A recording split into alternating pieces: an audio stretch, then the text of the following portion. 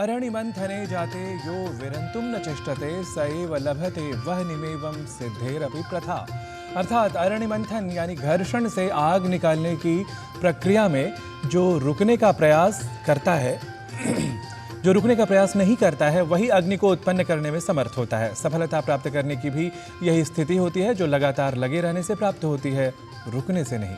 इसी क्रम में सूर्य और सुप्रभात भी हमें इसी निरंतरता को अपनाने का देते रहते हैं संदेश, और इसी निरंतरता के संदेश को हम आप तक पहुंचाने का कार्य करते हैं सुप्रभात की वेला में सुप्रभातम नामक आपके चिरपरिचित कार्यक्रम के द्वारा। सुप्रभातम में स्वीकारें अभिनंदन, अभिवंदन, अभिवादन और स्वागत सत्कार की परिपाटी को। मैं हूं सुप्रभात में आप सभी के साथ नारायण दत्त मिश्र।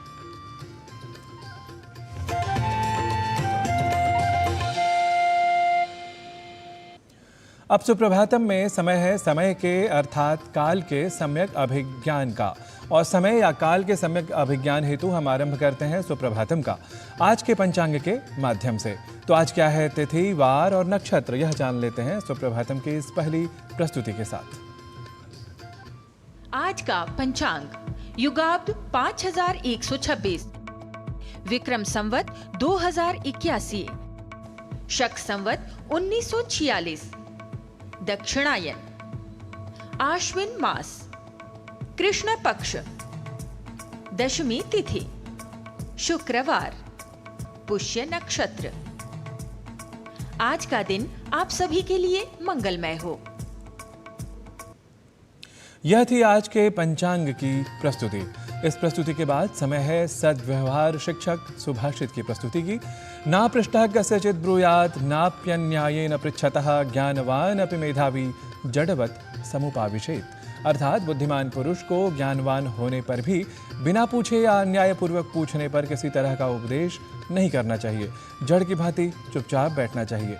पर हम कभी कभी अपने स्वभाववश बिना पूछे जाने पर भी सदुपदेश देकर संभवतः गलती कर जाते हैं, क्योंकि जहाँ मेढक शोर मचाते हैं वहाँ सदुपदेश न देकर चुप रहना ही श्रेयस्कर कहा गया है। इसी तथ्य को और भी दृढ़ कर रहा है सुप्रभातम का आज का यह विशेष सुभाषित।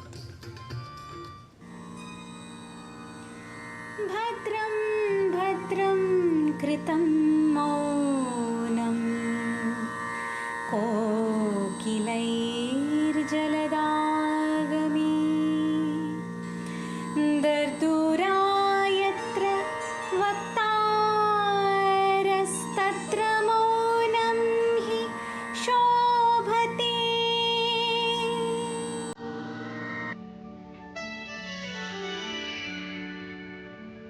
वर्षा ऋतु के प्रारंभ में कोयलें चुप हो जाया करती हैं, क्योंकि जहां मेंढक तरतराते हैं वहां चुप रहना ही शोभा देता है।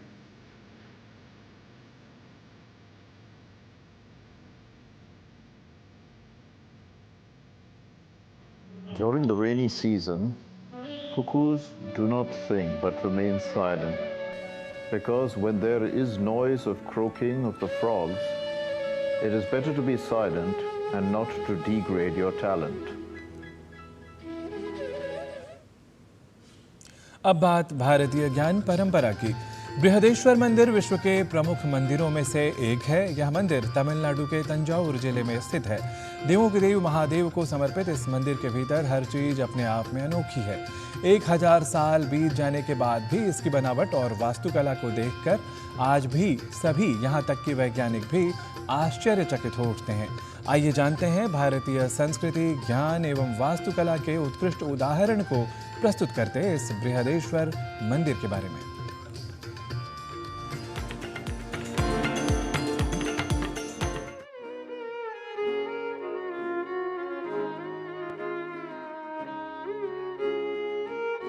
भारत एक ऐसा देश है जहां पर आपको हर गांव, हर शहर में मंदिर देखने को मिल जाएंगे, और उन मंदिरों से प्रवाह होती है भारतीय संस्कृति, ज्ञान एवं मंदिरों की वास्तुकला, जो पुरातन युग से बहुत समृद्ध रही है। यहाँ के मंदिर अपनी वास्तुकला, अपने इतिहास और रहस्यों के लिए पूरी दुनिया में जाने जाते हैं। इन मंदिरों के रहस्य से वैज्ञानिक भी आश्चर्य से भर जाते हैं। ऐसे ही मंदिरों में एक मंदिर तमिलनाडु के तंजौर शहर में स्थित है, जिसका नाम बृहदेश्वर मंदिर है। मान्यता यह भी है कि जब राजराज चोल प्रथम श्रीलंका के दौरे पर गए थे, जब उन्होंने एक स्वप्न देखा जिसमें उन्हें इस मंदिर को बनाने का आदेश मिला था, जिसके बाद ही उन्होंने इस मंदिर का निर्माण कार्य शुरू करवाया था। यह मंदिर 1000 साल बीत जाने के बाद भी इसकी बनावट और वास्तुकला को देखकर आज भी इंजीनियरों से लेकर वैज्ञानिक तक आश्चर्य का विषय मानते हैं। यह मंदिर भगवान शिव को समर्पित है। इसी के साथ यह मंदिर अपनी भव्यता, वास्तुशिल्प और गुंबद की वजह से पूरी दुनिया में जाना जाता है। यह मंदिर विश्व धरोहरों में भी शामिल है। इस मंदिर पर सूर्य का इस ढंग से बनाया गया है, सूर्य का प्रकाश किसी भी समय पड़े, चंद्रमा का प्रकाश या सूर्य का प्रकाश, उसकी छाया धरती पर मंदिर की नहीं पड़ती। माने इस कोण से बनाया गया है कि सूर्य के प्रकाश की और चंद्रमा के प्रकाश की जो छाया है, जो पृथ्वी पर मंदिर की दिखाई देनी चाहिए, वो कभी नहीं दिखाई देती। यह बृहदेश्वर मंदिर ग्रेनाइट से निर्मित है। यह मंदिर करीब 1.3 लाख टन वजन के ग्रेनाइट पत्थरों से बनाया गया है, जबकि इस मंदिर के 70 से 100 किलोमीटर के दायरे में ग्रेनाइट पत्थर मिलते ही नहीं हैं। माना यह भी जाता है कि यह दुनिया का पहला ऐसा मंदिर है जो केवल ग्रेनाइट पत्थरों से निर्मित है। 13 से 16 मंजिला यह मंदिर, जिसकी ऊंचाई करीब 216 फीट है। इस मंदिर का निर्माण पत्थरों को आपस में किसी केमिकल, सीमेंट या चूने से जोड़कर नहीं, बल्कि पत्थरों के खांचे काटकर उन्हें आपस में फंसाकर इसका निर्माण करवाया था, जिसको पजल या इंटरलॉकिंग तकनीक कहा जाता है। प्राचीन काल में जो मंदिर बनते थे या भवन बनते थे, उनमें चूना, गुड़ और उड़द की दाल, इन सब का मिश्रण करके वो पेस्ट बनाया जाता था सीमेंट की तरह का, और लगाया जाता था, और बहुत लंबे समय तक, हजारों साल तक वो टिका भी रहता था। लेकिन इस मंदिर में किसी भी प्रकार की दूसरी सामग्री चिपकाने के लिए नहीं लगाई गई। मंदिर में जो भी पत्थर रखे गए वो ब्लॉकिंग करके रखे गए। इस प्रकार के उनको तराशा गया कि एक पत्थर दूसरे पत्थर में शिफ्ट हो जाए, मतलब इंटरलॉकिंग सिस्टम आज की भाषा में अगर हम कहें, उस तरह से वो पत्थरों का निर्माण करते चले गए। इस मंदिर से जुड़ा एक रहस्य और है। कहा जाता है कि इस मंदिर के शीर्ष पर रखा करीब 81 टन यानी कि 81,000 किलोग्राम से ज्यादा वजन का पत्थर, जिसके ऊपर करीब 12 फीट का सोने का कलश रखा हुआ है, जिस पर सूरज की रोशनी पड़ने पर धरती पर कोई परछाई नहीं दिखती है, और जब चांद की रोशनी होती है तो भी किसी तरह की कोई परछाई जमीन पर नहीं दिखती है। केवल बिना शीर्ष के मंदिर की ही परछाई देखने को मिलती है।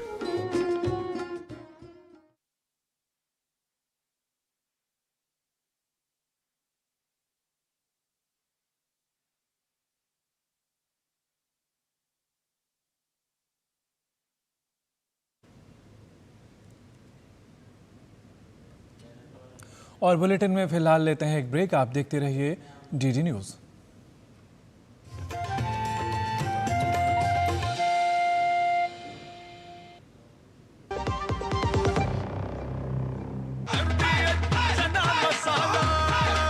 अब छोलिया हो या लोबिया, सफेद चने या काले चने, सब कुछ मजेदार बने। बात जब पीढ़ियों के लिए बनने वाले घर की हो तो जिम्मेदारी बड़ी हो जाती है। गैलेंट समझता है ये जिम्मेदारी। अब डबल एम रिब्स के साथ गैलेंट एडवांस TMT रीबार, निर्माण का रियल हीरो। सुरक्षा की गारंटी हर चीज में जरूरी है, चाहे वो मुश्किल स्टंट हो या अच्छी फसल।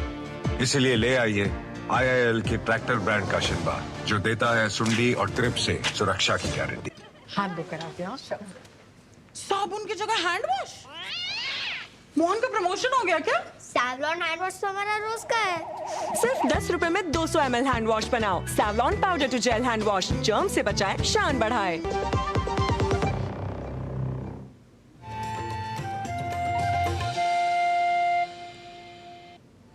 एक बार फिर से स्वागत है आप सभी का सुप्रभातम में। अब बढ़ते हैं हम अपने कार्यक्रम के अगले प्रभाग की ओर, अर्थात स्वास्थ्य मंत्र की ओर, क्योंकि यह समय चल रहा है पोषण माह का। तो हमारा स्वास्थ्य मंत्र भी इन दिनों आधारित है पोषक आहारों पर। कहा भी गया है कि भोजनाग्रे सदा पथ्यम लवणाद्रक भक्षणम अग्निसंदीपनम रुच्यम जिह्वा कंठ विशोधनम। तो आज भी स्वास्थ्य मंत्र में पोषण के लिए आवश्यक भोज्य पदार्थों से जुड़ी प्रस्तुत है यह रिपोर्ट, जिसे प्रस्तुत कर रही हैं हमारी सहयोगिनी किरण भारद्वाज।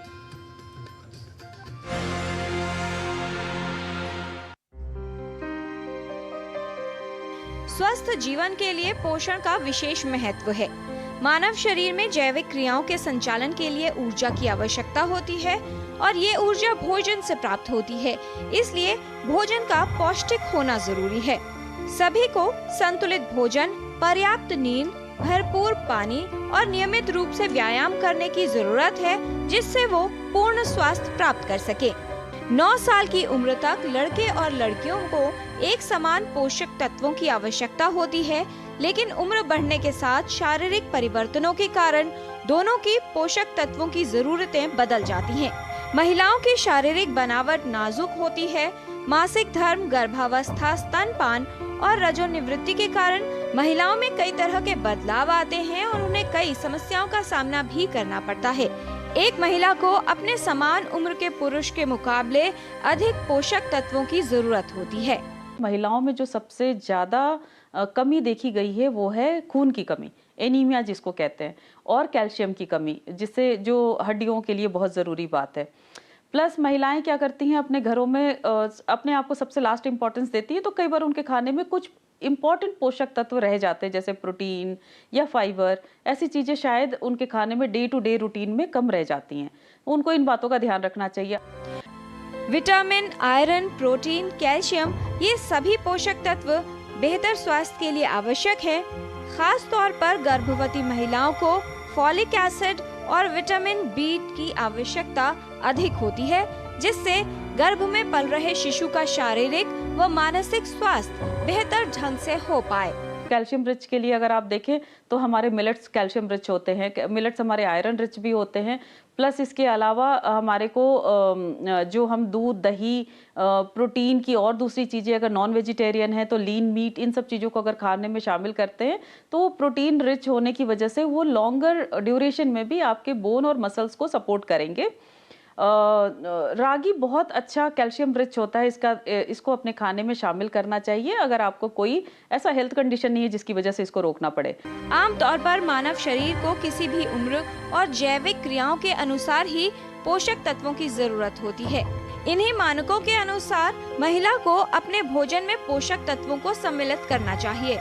कुछ सिंपल टेक्निक्स होते हैं जिसके थ्रू हम खाने में जो आयरन रिच चीज़ें हैं उसकी बायो अवेलेबिलिटी, मतलब हमारे शरीर को ज़्यादा अच्छे से मिले, इसको हम बढ़ा सकते हैं। जैसे स्प्राउटिंग है या फर्मेंट करके जो हम फूड खाते हैं, उसमें फर्मेंटेशन में आप देख सकते हैं, जैसे ढोकला है, इडली है, या कुछ अचार, पिकल्स वगैरह होते हैं, किमची वगैरह, ऐसी चीज़ें, ये हमारे खाने का हिस्सा अगर रहें तो अच्छी बात है। प्लस हमारे अपने इंडियन खाने में चटनीज़ का बड़ा रोल होता है सीज़न के अकॉर्डिंगली, हरी चटनीज़ वगैरह का, उनको भी खाने में शामिल किया जाना चाहिए। और आयरन रिच के लिए जो हमारा एक काला तिल है वो काफ़ी आयरन रिच होता है और सफ़ेद तिल कैल्शियम रिच होता है।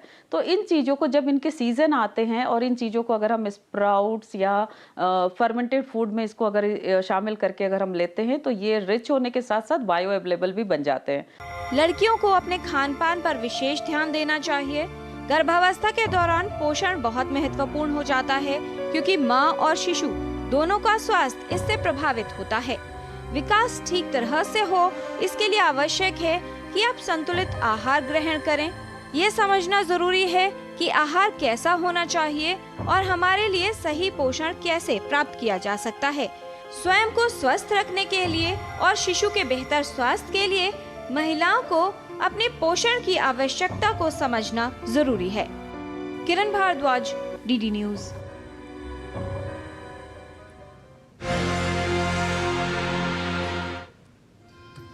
स्वास्थ्य मंत्र के बाद अब समय हो गया है योग की प्रस्तुति का। शारीरिक, मानसिक और आध्यात्मिक रूप से हमारे स्वास्थ्य को सुदृढ़ रखता है योग, यह हम और आप जानते ही हैं। और आज योग के किन आसनों को किस रूप में विशेष और अत्यंत लाभप्रद बताया जा रहा है, यह देख लेते हैं योग की इस प्रस्तुति में। आज जानते हैं गैस्ट्रोएंटेरिटिस के लिए कुछ आसनास। पहला, बाल आसन। नीलिंग पोस्चर में आ जाएंगे, वज्रासन में, फिर इनहेल करते हुए, एक्सहेल करते हुए फोल्ड फॉरवर्ड आगे की तरफ मुड़ेंगे। कोशिश करेंगे अपना सर मैट पे लगाने का और हाथ पीछे पैरों के पास। फिर सांस लेते हुए ऊपर। एक बार और करेंगे। इनहेल करते हुए, एक्सहेल करते हुए, फिर नीचे, दोनों हाथ पीछे। इस स्थिति में कुछ देर रुकेंगे, फिर सांस लेते हुए ऊपर। दूसरा पवन मुक्त आसन। उसके लिए मैट पे लेट जाएंगे,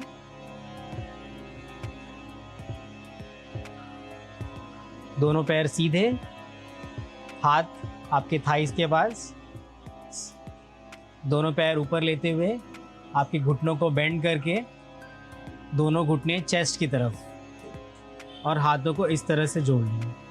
टोज स्ट्रेच करते हुए सर को अपने घुटनों के बीच में लाएंगे। इस स्थिति में कुछ देर होल्ड करेंगे,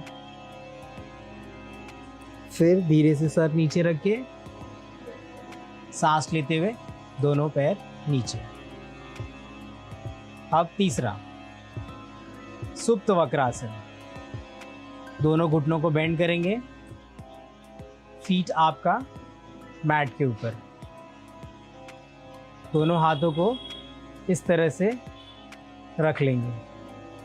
अब सांस लेते हुए, फिर सांस छोड़ते हुए दोनों पैरों को अपनी राइट साइड में ड्रॉप करेंगे और आपके सर को लेफ्ट की ओर। फिर सांस लेते हुए सेंटर में आ जाएंगे, सांस छोड़ते हुए दोनों पैरों को लेफ्ट साइड और सर राइट साइड। फिर से सांस लेते हुए अंदर सेंटर में। इस प्रकार 2 से 3 बार प्रैक्टिस करेंगे। आइए कुछ और टिप्स जानते हैं योग गुरु हंसा माँ से। नमस्कार। गैस्ट्रोएंटराइटिस ये एक ऐसी बीमारी है जिसको पेट का फ्लू भी कहते हैं और इसमें जी मिचलाना, उल्टी, लूज मोशन, खूब पेट में दर्द वगैरह शिकायतें रहती हैं। बहुत ज़रूरी है कि यहाँ पे पेट को शांत करना होगा और उसके लिए आप एक तो अदरक का पानी पीजिए, नींबू पानी पीजिए, दही लीजिए, छाछ लीजिए मगर मीठा डाल के नहीं, ऐसा ही फीका। और बहुत ज़रूरी है कि कोकोनट वाटर लीजिए जिससे बॉडी का बैलेंस वगैरह भी ठीक हो जाएगा।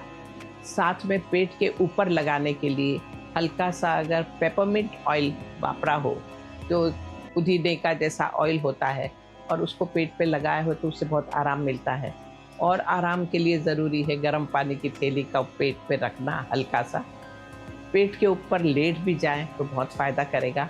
इसलिए ये सब चीज़ें इमीडिएटली करना है और रिलैक्सेशन करना है, अच्छी नींद लेनी है, सब ठीक हो जाएगा। नमस्कार। अब समय है संस्कृत की पाठशाला की कक्षा में चलने का, जहां आप इन दिनों सीख रहे हैं कि हिंदी वाक्यों को हम संस्कृत में कैसे प्रयोग कर सकते हैं। तो आइए सीखने के क्रम में अपने सहयोगी गवीश द्विवेदी से आज सीख लेते हैं गेस्ट अर्थात अतिथि से कहे जाने वाले कुछ वाक्यों को संस्कृत भाषा में।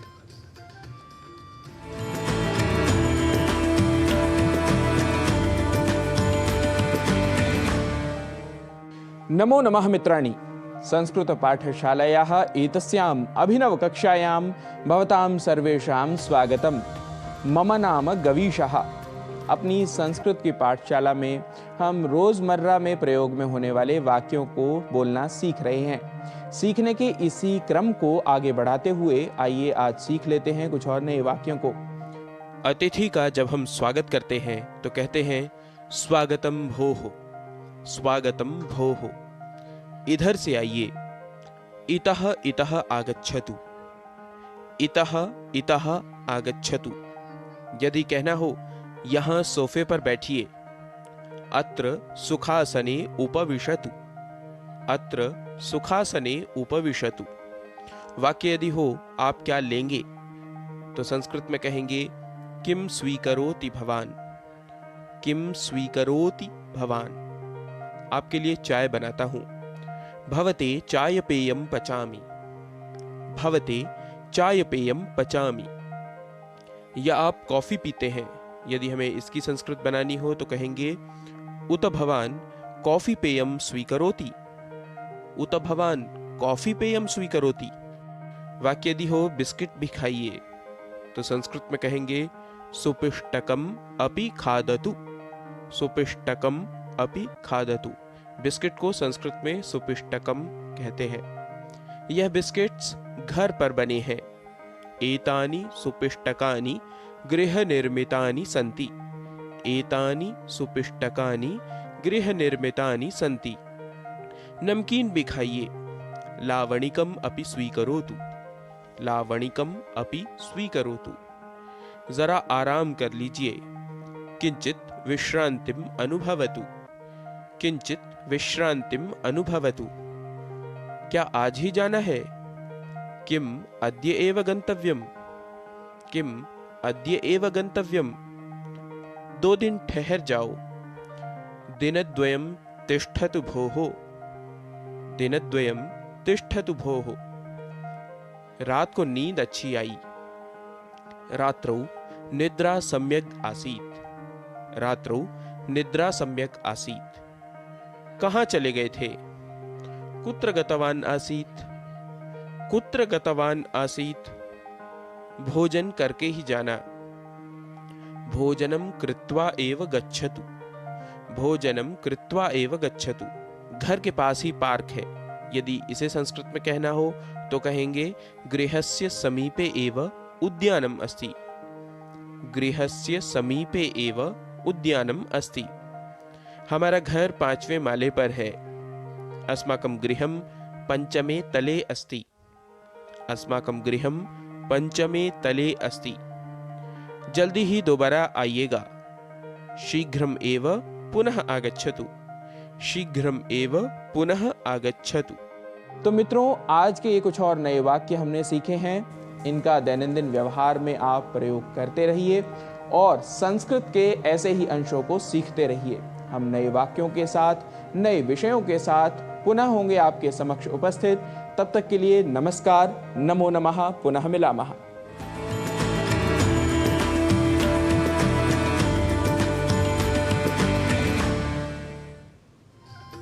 तो यह थी संस्कृत पाठशाला की हमारी प्रस्तुति। हम आपको बता दें कि खबरों की दुनिया से जुड़े रहने के लिए अब डीडी न्यूज़ की खबरें और updates YouTube, Facebook, x, Instagram और हमारी वेबसाइट्स पर भी उपलब्ध हैं और आप इन्हें फॉलो और सब्सक्राइब भी कर सकते हैं। एवं वशीकृतस्वात्मा नित्यं स्मितमुखो भवेत् त्यजेत भ्रुकुटी संकोचम पूर्वाभाषी जगत सुहृत। अर्थात मनुष्य को स्वयं को वश में कर नित्य ही प्रसन्न मुख रहना चाहिए। भौहें कभी टेढ़ी कर बातें नहीं करनी चाहिए। किसी समस्या को पूर्व में ही कहना चाहिए। समग्रता से हर मनुष्य को, या कहें कि हम सभी को, संसार का मित्र बनना चाहिए। तो मित्रतापूर्ण व्यवहार रखते हुए हम सभी विश्व के कल्याण में अपना अपना योगदान सामर्थ्यानुसार करें। इसी शुभकामनाओं और अभ्यर्थना के साथ आज के सुप्रभातम की प्रस्तुति में इतना ही। पुनरपि प्रातः भासिते भास्करे सोमवासरे भाषितुम आयास्यामः वयम्। अर्थात सोमवार को पुनः भास्कर के भासित होने पर हम भी अपने पूर्व निर्धारित समय पर लौटेंगे। तब तक के लिए मुझे अपने सहयोगियों के साथ दीजिए अनुमति। भवद्भ्यः सर्वेभ्यः नमः।